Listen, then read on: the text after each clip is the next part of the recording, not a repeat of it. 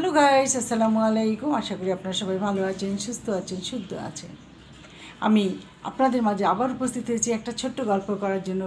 তা হলো, বুদ্ধিমানরা প্রেমে পড়ে একবার, বোকারা পড়ে বারবার। কথাগুলো যদি ভালো লেগে থাকে সাবস্ক্রাইব করে বেল বাটনটা টিপে দিন, বেশি বেশি শেয়ার করুন, সবার মাঝে ছড়িয়ে দিন। বুদ্ধিমান মানুষ প্রেমে পড়ে একবার, একবারই যখন তারা ধোঁকা খেয়ে যায় তখন আর একবার সেই ফাঁদে পা বাড়ায় না। কিন্তু বোকারা বুঝতে পারে না, তারা বারবার প্রেমে পড়ে এবং বারবার ঘায়েল হয়।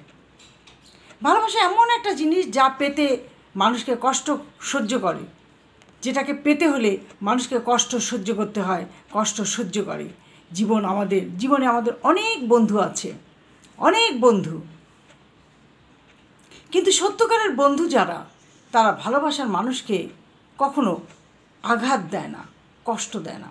কিন্তু জীবনে যতই বন্ধু থাক না কেন, তারা কিন্তু কষ্ট দিবেই, আঘাত দিবে বারবার। কিন্তু ভালোবাসার চেয়ে সবচেয়ে বেশি ভালোবাসবে, বেশি আদর করবে, সে কিন্তু কখনোই কষ্ট দিবে না। খারাপ সময়টা অতীত হয়ে যায়, কিন্তু খারাপ ব্যবহারটা কখনোই অতীত হয় না।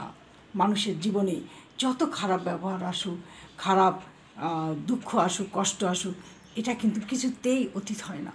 এটা সারা জীবন মনের মধ্যে একটা দাগ কেটে যায়, মনের মধ্যে কষ্টের সীমা থাকে না। কিন্তু এই যে আঘাত, সামান্য একটু কষ্ট যদি আমরা পেয়ে থাকি, সেটা কিন্তু পরের দিনেই আমরা ভুলে যাই, ওটা অতীত হয়ে যায়। এই জন্য এই অতীতকে ভুলতে হলে আপনাকে নিজেকে সতর্ক থাকতে হবে।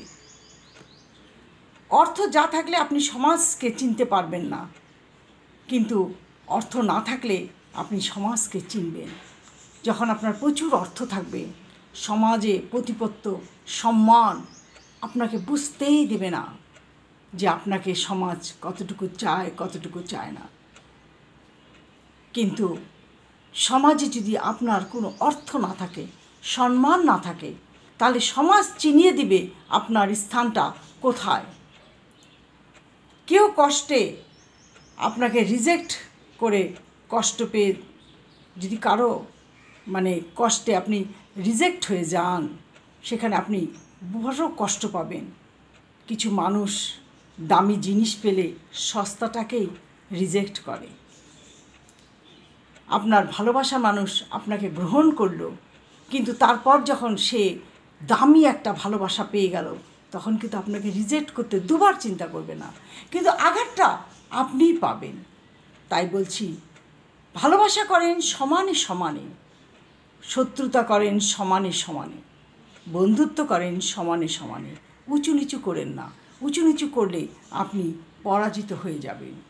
স্মৃতি এমন একটা জিনিস যার জন্ম আছে কিন্তু মৃত্যু নয়।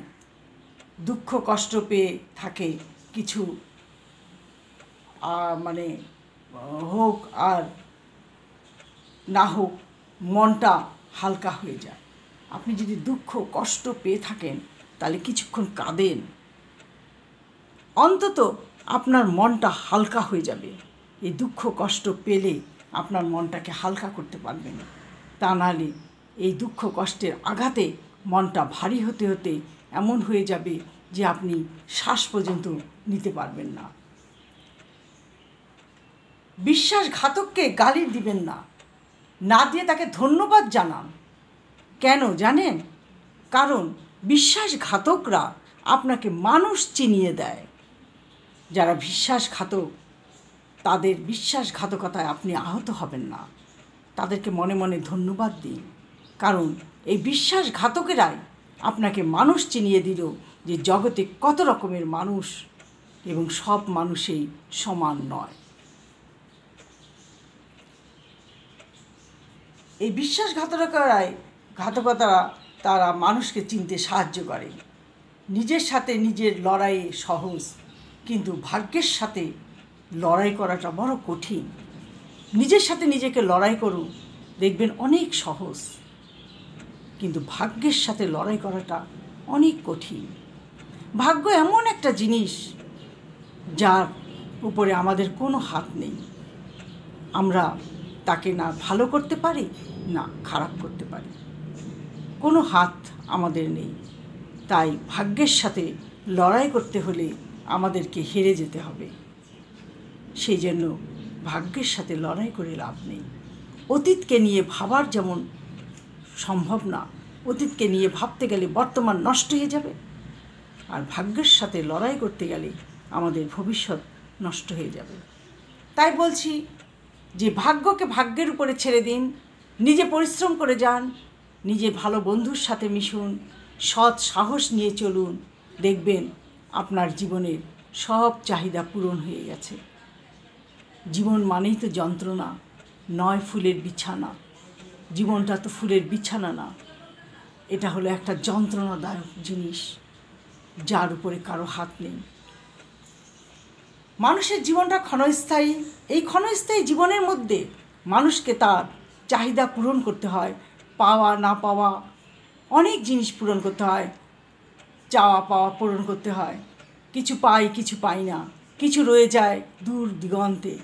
তাই বলছি এই ক্ষণিক জীবনটাকে উপভোগ করুন, ঝগড়াঝাঁটি মারামারি খুন খারাপি না করে এই জীবনটাকে উপভোগ করুন, দেখবেন সব ভালো লাগবে, সব ভালো হয়ে গেছে। সম্মান নিয়ে সমাজে বসবাস করার চেষ্টা করুন, সন্তানদের মানুষের মতো মানুষ করার চেষ্টা করুন, সন্তানদের প্রতি খেয়াল রাখুন, যত্ন রাখুন, তবেই দেখবেন সব কিছুই আপনার কাছে ঠিক হয়ে গেছে। আজ এই পর্যন্ত। ভালো থাকেন, সুস্থ থাকেন। আল্লাহ হাফেজ।